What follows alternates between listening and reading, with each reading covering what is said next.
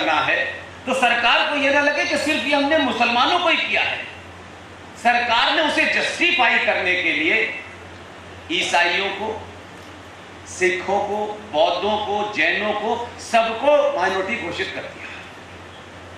अब इस माइनॉरिटी की कोई परिभाषा तय होनी चाहिए थी कि भाई अगर कोई 15% है, कोई 10% है, कोई 20% है, उसकी कोई कट लाइन बनानी चाहिए थी, वही माइनॉरिटी कहलाएगा।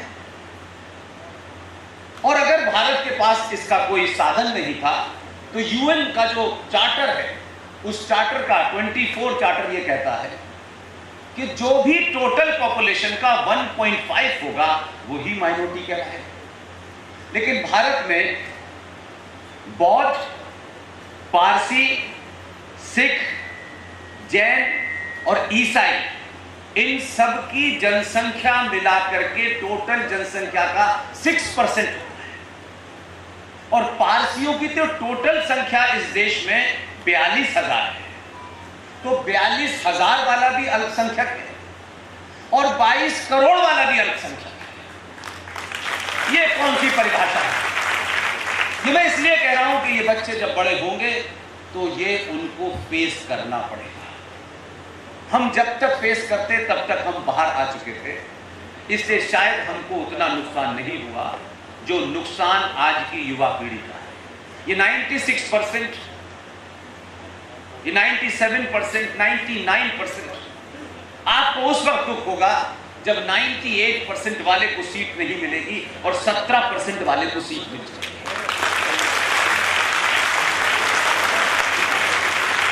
ये सवाल अपने नेताओं से, आपके शहर का एमएलए, एमपी हो, उससे तक आपकी रीच हो तो ये पूछिए। और अगर आप नहीं पूछेंगे तो ये सवाल आपके सामने जब बड़ा होगा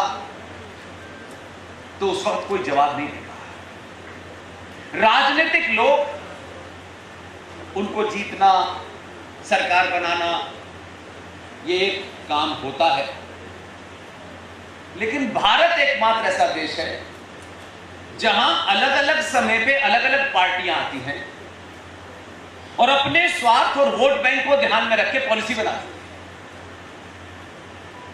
दुनिया के किसी भी लोकतांत्रिक देश में बहुत रेयर होता है कि जो बेसिक पॉलिसीज होती हैं वो उसको कहीं टेम्पर किया जाए। लेकिन कोई आया, उन्होंने कहा अब स्टार वोट बैंक क्या करना है। जैसे अभी अभी आपने चुनाव में देखा, अब से आधे घंटे बाद भारत के इतिहास में एक बहुत महत्वपूर्ण घटना घटने वाली है और हम सब, अनीता जी और उनकी पूरी टीम, मैं इसलिए धन्यवाद देता हूं कि इस दिन मुझे उन्होंने बुलाया है और जिस वक्त मैं आपके सामने खड़ा हुआ हूं उसके आधे घंटे बाद देश का प्रधानमंत्री राष्ट्र को संबोधित करेगा। और यह भी एक बड़ी घटना है कि 40 साल के बाद इस देश में एक स्टेबल सरकार ने पहला दूसरा टर्म पूरा किया, लेकिन तीसरे टर्म में वो फिर दोबारा से प्रधानमंत्री बना।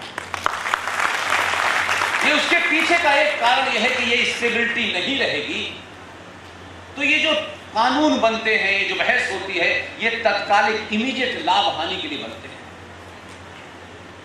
इसलिए इस पे विराम लगा क्योंकि सरकार चलानी थी, अल्पमत में सरकार थी, प्रधानमंत्री बहुत पढ़े लिखे थे लेकिन बोलते नहीं थे। इसलिए जो ऊपर से कहती थी 222 वही कर देते थे, तो यही हो। इसलिए एक वाइब्रेंट, आज के 12वीं क्लास के बच्चे से कम्युनिकेट करने वाला, 10वीं क्लास के बच्चे से कम्युनिकेट करने वाला और 90 साल के बुजुर्ग की चिंता करने वाला देश का प्रधानमंत्री है। और ये बात मैं इस मन से इसलिए नहीं कह रहा कि मुझे किसी की शान में ये बात कहनी है। हम सब लोगों को ये ध्यान रखना चाहिए कि अगर हम किसी की बुराई या किसी की कमी को चिल्ला चिल्ला के बताएं तो ये भी ध्यान रखें कि भले ही उस विचारधारा से आपका कोई लेना देना हो, उस पार्टी से लेना देना हो, ये महत्व नहीं रखता, लेकिन इतने बड़े पद पर अगर बैठ करके कोई शख्स इस 700 साल में पहली बार भारतीय सनातन सभ्यता की पुनर्स्थापना कर रहा है, तो हमें उसकी तारीफ करनी है। ये संकोच नहीं करना चाहिए कि इसकी तारीफ से कोई मतलब निकाल लेगा कि उनको कुछ चाहिए, मुझे, मैं ये सोच के आया हूं कि मुझे कुछ चाहिए ही नहीं। इसलिए मुझे, मेरे मन में ये नहीं है कि इस तारीफ से कोई मुझ पे आरोप लगा देगा, लगाते रहे, उससे कोई फर्क नहीं पड़ता। मैं अपनी बातों को उसी तथ्य के साथ कहता हूं, और बार बार, क्योंकि मैंने 4-5 प्रधानमंत्री देखे हैं, 5-6 लोकसभा देखी है, मैंने कभी ऐसी बातों पे कभी किसी प्रधानमंत्री को बातचीत करते नहीं देखा।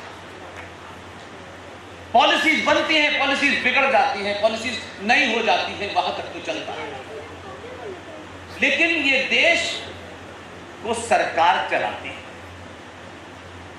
और पिछले 5 फंक्शन में आपके शहर में कर चुका, सब फंक्शनों में राष्ट्र की बात की है। राष्ट्र अगर कमजोर होगा, राष्ट्रवादी कमजोर होंगे, अगर वो किसी विषय की जानकारी आधी अधूरी रखेंगे, तो सरकार में भी ऐसे लोग बैठेंगे कि अगर 2014 से पहले का अगर आप सीट देखें, तो आज के बच्चों को वो शायद नहीं होंगे, आधे से ज्यादा बहुत छोटे होंगे, लेकिन हमसे पूछिए कि हम सार्वजनिक जीवन में हैं, हम दुनिया भर में घूमते हैं, लेकिन दुनिया हमें, हम पुष्पेने इससे नहीं जानते। दुनिया पहले ये जानती है कि ये भारत से आया है, और भारत क्या है।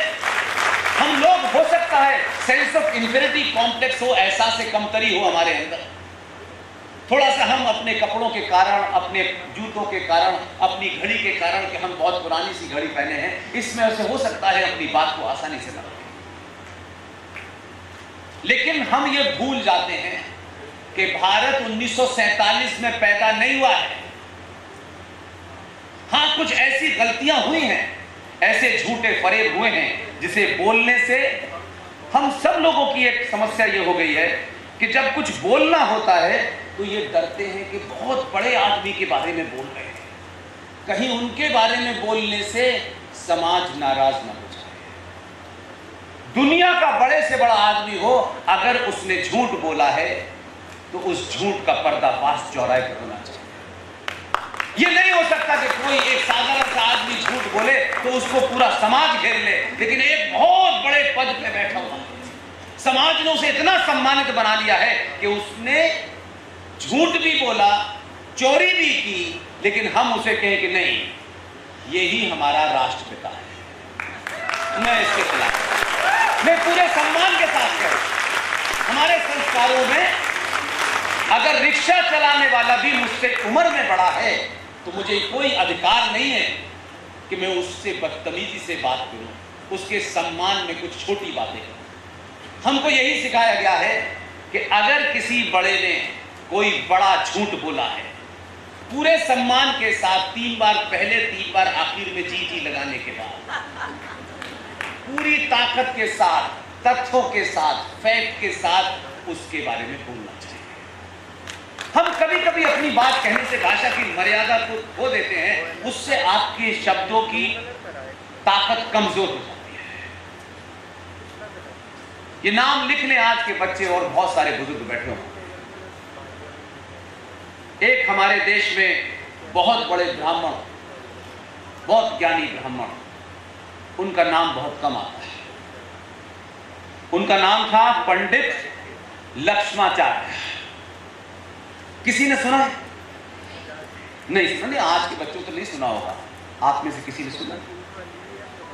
ये पंडित लक्ष्माचार्य कौन थे?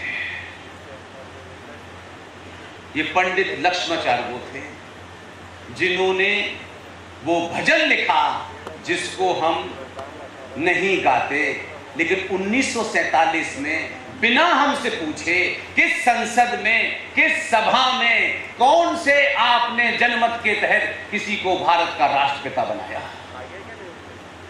वो एक भजन गाते थे पंडित लक्ष्माचार्य। उस भवन का नाम था रघुपति राघव राघव राम पतित को पावन सीता, और उनका पूरा भजन अवेलेबल है। और इस युद्ध में, जो इस समय युद्ध हो रहा है, ये बौद्धिक युद्ध है, आपको कोई सड़क पे रोक करके ये ना कहे कि आपकी जानकारी अधूरी है। मेरे इस सफर का एक ही लक्ष्य है। पंडित लक्ष्माचार्य जी ने रघुपति राव का जो भजन लिखा था, उस भजन को इस देश के राष्ट्रपिता ने अपना भजन गाया और उन सुविधाओं के अनुसार जो ओरिजिनल भजन है उसमें वो लाइन नहीं है जो राष्ट्रपिता ने उसमें जोड़ी, जिसमें लिखा है ईश्वर अल्लाह तेरो नाम सबको संपत्ति दे भगवान। ये लाइन नहीं थी, ये लाइन उन्होंने जोड़ी, इसलिए राष्ट्रपिता ने जघन्य अपराध किया है। उनका सम्मान है, उनकी शान में गुस्ताखी नहीं है। या तो उस वक्त के चाटुकारों ने उनको लिख के दे दिया और ये भजन आज भी गाया जाता है। जिसने सब कुछ हमें दिया, इस संस्कृति ने सब कुछ हमें दिया, जब उसकी जय जयकार करते हैं और जब भारत माता की जय कहते हैं, तो भारत माता का पिता कोई कैसे हो सकता है? पुत्र ही हो सकता है।